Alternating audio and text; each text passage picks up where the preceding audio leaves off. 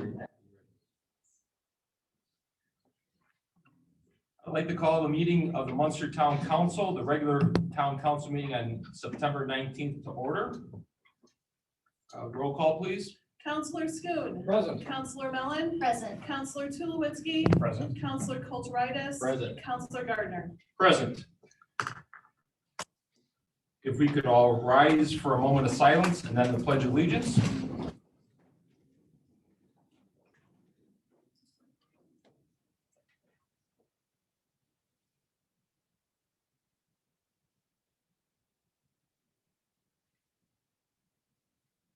I pledge allegiance to the flag of the United States of America and to the republic for which it stands, one nation, under God, indivisible, with liberty and justice for all.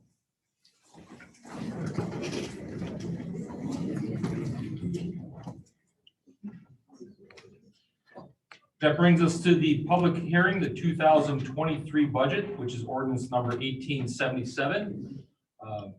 We have this as there is a public hearing. Is there anybody here in the public that would like to speak to the council on the topic of the 2023 budget, ordinance number 1877? Seeing none, I will close the public hearing. Next, we have public comment. We kindly ask that in-person public comment is limited to 2 minutes maximum per person, or 5 minutes for a group spokesman, and that you keep your comments civil and constructive to public policy issues. Public comment may also be submitted electronically. If you have a comment about an item on the agenda that you would like to have entered into the meeting minutes, please email that question or comment to Town Manager Dustin Anderson at danderson@munster.org. At this time, is there anybody here that would like to speak during the public comment section of the meeting? Seeing none, we'll move on to the consent agenda. Mr. President, I move we accept the consent agenda. I'll second. There is a motion and a second. Any comments? Seeing none, roll call, please. Councillor Schoon. Yes. Councillor Mellon. Yes. Councillor Tulowitzki. Yes. Councillor Kulturitis. Yes. Councillor Gardner. Yes. That brings us up to item 2, old business. On the agenda is ordinance number 1876, which is the amendment number 4 to the salary ordinance. This is the second reading. It was introduced at last council meeting. This is the second reading. Town Manager Anderson or Fire Chief Heiduk, anything to add? Just comment. Mark, if you could come up here. Yes. For the daytime stipend, we cleaned up the verbiage a little bit. There was a little confusion, and it was certification wise. Real quick, what they used to do is you used to have certification number 1 and number 2. Now with the academy, you come out of it with 1 and 2 together.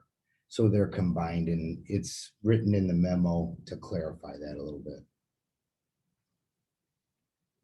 So again, daytime 1, firefighter 1 and 2 That's, is really just firefighter 2. yes, Okay, now, yes. Right. Okay. And daytime firefighter 1 is the entry level position. No. Oh, so that was before. So before, it was daytime firefighter 2, which was the top level. Okay. That was with 1 year, they would get the 223.01. Okay. Daytime firefighter 2 with no experience would get 192.87. With that, now we're doing away with the 1 column of 2 and adding in 1 and 2. Replacing it. Yes, replacing it. Doing away with the 1 to make it with current standards. You used to have to decipher probationary, which was 1, and then 2 was your second class firefighter. But again, the state has changed that classification now. When you go through the academy, you come out with both of them. It's not a separate classification anymore. So you come out of the academy with firefighter 1 and 2. Correct. Okay. So now there will be 3 grades for stipend instead of 4. Correct. Thank you. And the low end and the top end are changing. Mr. President? Yes, Wendy? There was one other change to the memo, and that is in the original reading, it was drafted for this purpose to be effective upon passage, and we changed it to be effective October 1st, which coincides with the payroll period of the fire department. very good. Mr. President, I would move to adopt introduced ordinance 1876 on second reading as presented. Second. There's a motion, a second. Any comments? I have a question, Mr. Weston, did you review this already? This looks appropriate, I did, corrections? yes. Okay, thank you. No further questions. Any other questions? Just a comment to say we adjusted all the other salaries earlier in the year, and so it's good to see the town and the council make good on the promise to do it in third quarter. Very good. My only question, Fire Chief, is with regards to the creation of the new positions, creating the positions of EMT basic and EMT paramedics. Yes. If you could just give a little bit of background with that, please. So with that, we are a non-transport providership. So when we have two apparatuses that are certified as that, we get an EMS call, we have to have an EMT or paramedic on that rig to go out. These people are doing it out of the goodness of their heart now to maintain, whether it's 265 hours or 1,000 hours of continuing education with no benefit. And other communities have done this to offset that a little bit and help people out and maintain their credit hours. Have we had people go out on EMT calls in the past year that have been EMTs that have their certification? Yes, oh yeah, Right, but Yeah. we don't have this like pay classification. correct. That's why part of this is incorporating this in this. And last year we had about 32 of them calls. So it's not a big number at all. And this is not replacing the current EMS system that we have in town, No. the Superior, No. that Nope. we've been having, so, No, has nothing, no this is a correlation with supplementary that. thing that, Yeah, this has been happening for 5 years now. very good. Thank you. Mhm. I have no other questions. Anybody else? Very good. Roll call, please. Counselor Schoen, Yes. Counselor Mellon, Yes. Counselor Tulowitzki, Yes. Counselor Kulturitis, Yes. and Counselor Gardner. Yes. Thank you. Moving on to new business, letter A, ordinance 1877, the 2023 budget that we previously had a public hearing on. Clerk Treasurer Miss or Town Manager Anderson, anything to add? Just that this is our annual budget. It was advertised on Gateway. And as the memo clearly states that we can never have a certified budget that is higher than what we advertise for. So we deliberately overstate this budget. We are confident that this advertised budget will meet the needs of all the department heads, although we do expect there to be cuts when the final number comes through. We still believe that the department needs will be met. The department heads have asked for raises and increased costs, and we believe those will all be covered in here. And special thanks to our controller, Patricia Abbott, and Deputy Clerk Mary Deering, who really worked hard to pull these numbers together and accurately reflect our financial position. Very good. Wishes of the council.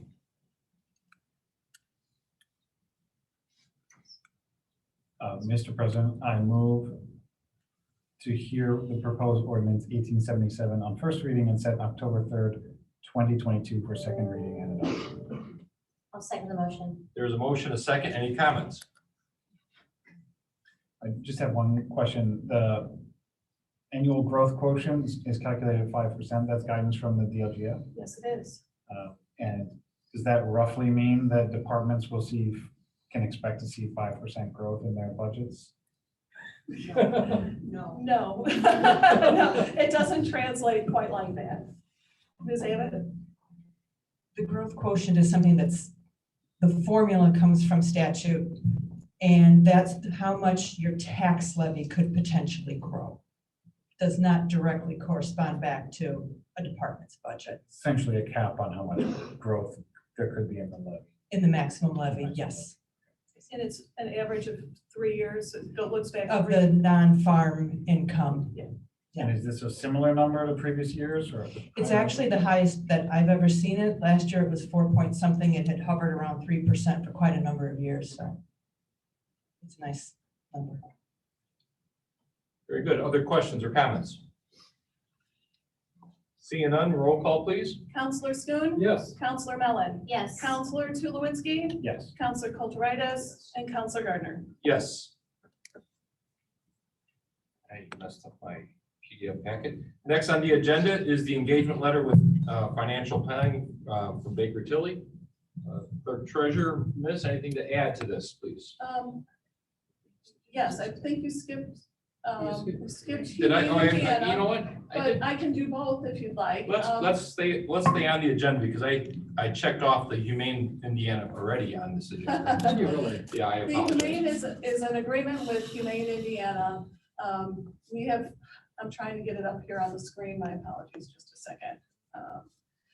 And it was a collaborative effort between Humane Indiana, the police department, the town manager, and myself to work out an alternate or an additional way to help the town provide the best location for stray pets that may come through our town. This is, the police department will drop off, is the only one that can bring strays into Humane Indiana under the town umbrella. There's, the agreement states the fees that are involved, which we find to be fair. And this will provide hopefully a much better place for the little animals and make them much more adaptable. So we want to encourage our relationship with Humane Indiana. And this is one way. It's a 2-year agreement. Mr. Westland has reviewed it. And there is a 30-day out. So Thank you. anything else, Chief? Mr. President, I move that we authorize the police department in the town to enter into a contract with Humane Indiana. Second. Motion a second. Any comments? I just have, well, one comment, I guess. It's a great institution. They're good with kids. I know that they run camps for kids. My kids want to be, veterinarians after going to their camp. And I think it is important to have a safe place for all the animals that show up in town. My question was under point 6, it says that we'll need to have a NACA certification. I must admit, I don't know what that is. But for Munster Community Service Officer or the designated staff person, I'm just curious, like who that is. And it sounds like this will actually upskill the way that we can deal with animals that are loose in town. Our community service officer is Kim Nordoff, and she is in the process of getting enrolled to take these classes that will elevate her to the next level. So Okay. I think it's another good outcome of entering into this relationship with HI. Very good. Other comments or questions? Seeing none, roll call, please. Counselor Schoen. Yes. Counselor Mellon. Yes. Counselor Tulowitzki. Yes. Counselor Kulturitis. Yes. And Counselor Gardner. Yes. Now moving to item C, the letter of engagement for the financial planning comprehensive plan. Clerk Treasurer, Miss. Sure, this is something new that we're looking at. We would like to work with and enter into an engagement with Baker Tilly for two reasons, two primary reasons. One is to do a comprehensive financial plan. We have a lot of significant projects on the horizon for the town of Munster, and we want to continue to provide this level of services that we have over the many years. So we would like to be certain that we have the financial resources to do that. So we'd like to work with Baker Tilly to get us a good plan. This seems like a good time with the comprehensive plan that we're doing. They're not related at all, but we're in a planning mode here. And the second piece of this is to look at our TIF allocation area and make sure that we're getting the correct number, correct dollar amount, correct funds that we are owed. So they'll do an audit of that or review of that.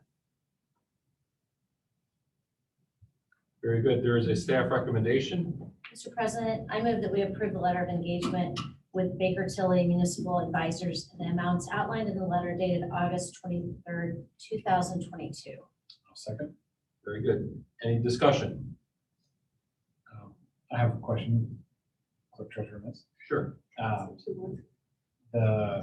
So under item 1 is the main deliverable, it looks like, apart from the TIF, but from annual financial planning and forward-looking planning perspective.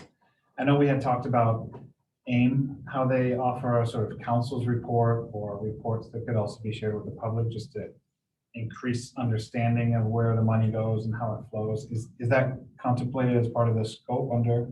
We can certainly Number make one. it part of the scope as well. AIM just recently had a webinar for council members, and I don't know if anyone attended it, but we did request a recording of it because I'd like to see what type of information counselors should be looking for that we can provide from our office. So it's something, it's an objective that we have. Okay, yeah, it would be great through this project to have a place people can go online and just like get a sense for how the money flows, how much there is. I've seen 2 other comprehensive plans that Baker Tilly's provided, and they've both been online. They were, I thought, very user-friendly, so they're accessible, certainly won't be a secret. Very good. Other discussion? Again, I think it's a great great thing to be looking at from the standpoint of the history of Munster has always been professionally managed, and I think having additional eyesight on some of the future plans and forward type thinking with regards to the budget, especially when it comes to the different things the state throws at us periodically, that we do review all those types of options. So I think it's a good plan to look at. No other discussion items. Roll call, please. Counselor Schoen. Yes. Counselor Mellon. Yes. Counselor Tulowitzki. Yes. Counselor Kulturitis. Yes. Counselor Gardner. Yes. Letter D, Resolution 2099. This is a resolution requesting financial assistance from the Lake County Council for water infrastructure management or maintenance.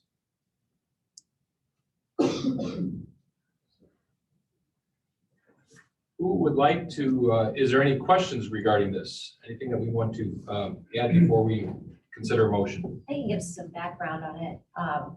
So County Councilor Dandernall contacted me about funds that the county had received in approximately $95 million, and $85 million that's from the ARPA, from the American Rescue Plan Act. And $95 million was given to the county, and they allocated $85 million to their commissioners, leaving $10 million. And the councilors decided that the remaining $10 million they would divide among themselves to give to their to the towns that they represent for water-related projects, to help the towns out with very much needed projects. So we discussed it a little bit, and we had some in the pipeline as far as getting bids. There was some water tank maintenance, so it seemed like a good project to pursue, but that's where it came from. Very good. Thank you. And what's in front of us is for the council to pass this resolution? Yes, so then, once we adopt it, then it will go, we can submit it to the county council, and they will present it to see if it passes, passes the test for an adequate project. And if it does, then it's automatic.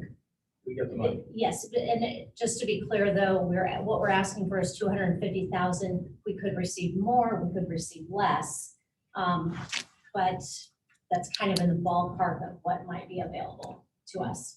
Because County Councilor Dandernall, I believe he's with 4 or 5 communities that his boundaries touch. So we're not the only ones buying for his funds, but we should get something. Hopefully it's close to this. Mr. President, move we adopt resolution 2099. That's good. I'll second. Very good. That's a motion, a second. Any discussion? Seeing none, a roll call, please. Counselor Schoen. Yes. Counselor Mellon. Yes. Counselor Tulowitzki. Yes. Counselor Kulturitis. Yes. Counselor Gardner. Yes. Letter E, the 2022 50/50 sidewalk replacement program, the request to increase prices. Deputy Town Manager D. Tomaso. Would you like to add anything to your memo? No. Can you give a brief overview of your memo? The council awarded JJ Newell the contract to construct our sidewalks under the 50/50 program this year. That was back in April. And we were approached recently by them requesting an increase in their unit prices for the concrete due to unforeseen increases in materials from their suppliers. And so I'm just passing this along as a request from them. It amounts to a little less than 3% of an increase. And my recommendation is that we approve the price increases so that we can continue with the program and build some sidewalks this fall. What's the danger if they don't choose to pass? So the concern is that if we say no, which you're well within your rights to do, we have a contract with them for a fixed unit price. We are afraid that they might walk away from the contract completely, and then we won't be able to find a contractor before the snow starts falling to do the work. I move we approve the unit price increase of 24 cents per square foot for the 5-inch sidewalks and 35 cents per square foot for the 7-inch sidewalks to JJ Newell for the 2022 50/50 sidewalk replacement program. I'll second. Very good. There's a motion, a second. Discussion? I would just say what in normal circumstances, probably when this is an abnormal request, as you're saying, from a vendor, but it seems like nothing has escaped the inflation, and I can't see if we go out to someone else to bid it, they have to be facing the same issues. Correct. And we got 2 bids for this job back in April, and the second bid was much higher than this increase is that we're Right. looking at. So they could even be higher. JJ Newell, we've been working with them for a very long time. They've been very responsive, so Exactly. I feel comfortable with this increase. Very good. Any other discussion? Roll call, please. Counselor Schoen. Yes. Counselor Mellon. Yes. Counselor Tulowitzki. Yes. Counselor Kulturitis. Yes. And Counselor Gardner. Yes. Next on the agenda, item F, ordinance number 1878, an ordinance amending the Maple Leaf Crossing Planned Unit Development. Mr. Vander Wood, Wood. thank you. Sorry. Perfect. I was going to the Lansing, pronunciation of your name. Yeah, that's Vanderwood. Let's keep it with the Munster pronunciation. Okay, sorry about that. Sorry about The that. Brantwood, Chris. Yeah. Sorry about that. Sorry about that. Okay. The pronunciation is van der Woude. Okay. Yes, sir. Okay, thank you. So tonight I'm presenting an ordinance 1878, which will, as it states in the memo, amend the Maple Leaf Crossing Planned Unit Development to permit the development of Lot 7 as a cigar bar and restaurant. By way of background, the Town Council established the Maple Leaf Crossing PUD in July of 2020. At the time, Lot 7, the whole development has some pretty detailed plans, and at the time, Lot 7 was intended to be a 2,700 square foot pub.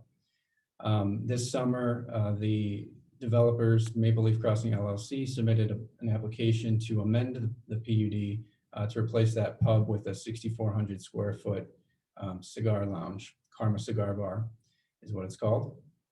And because of the changes in the site plan and in the development standards, they submitted a PUD amendment.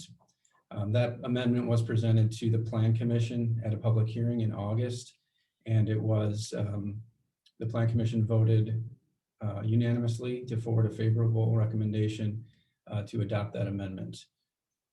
So we've prepared that ordinance, and the Plan Commission is asking that you approve it and adopt the amendment to the PUD. Very good. Wishes of the council? I move we adopt ordinance 1878, amending the Maple Leaf Crossing Plan Unit Development to permit the restaurant and cigar bar on lot 7 in the Maple Leaf Crossing PUD at 9410/9417 Calumet Avenue. I'll second the motion. Very good. Motion is second. Any discussion? I wanted to say something. I've heard a couple comments surrounding this change, and I see we do have Mr. Leeser here with us tonight.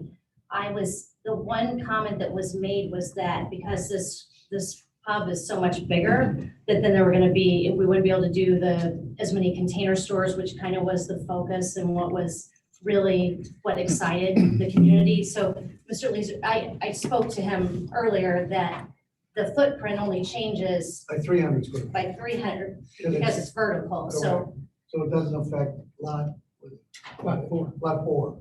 So we'll still be able to see as many of the Containers. containers and small shops we wanted. Correct. I just wanted to clear that up. The because- footprint changed by 300 square feet. That's Right. it. Okay, The additional square footage is because you went up higher than Vertical. Yeah, vertical. Okay, lot 7 has not changed at all, the dimensions of lot 7. thank you. Any other questions or comments? There always is the question, so I'll ask Mr. Leeser's here. If this gets approved tonight, what kind of construction schedule are we looking at? So right now we have 2 buildings going vertical. Yes. Their intention is to get their mechanical, electrical, plumbing, structural bids this week. Okay. We're meeting with the contractor on Wednesday to break down, I think. Okay. So it is to get it out of the ground this season. Very good, thank you. Any other comments or questions? Seeing none, roll call, please.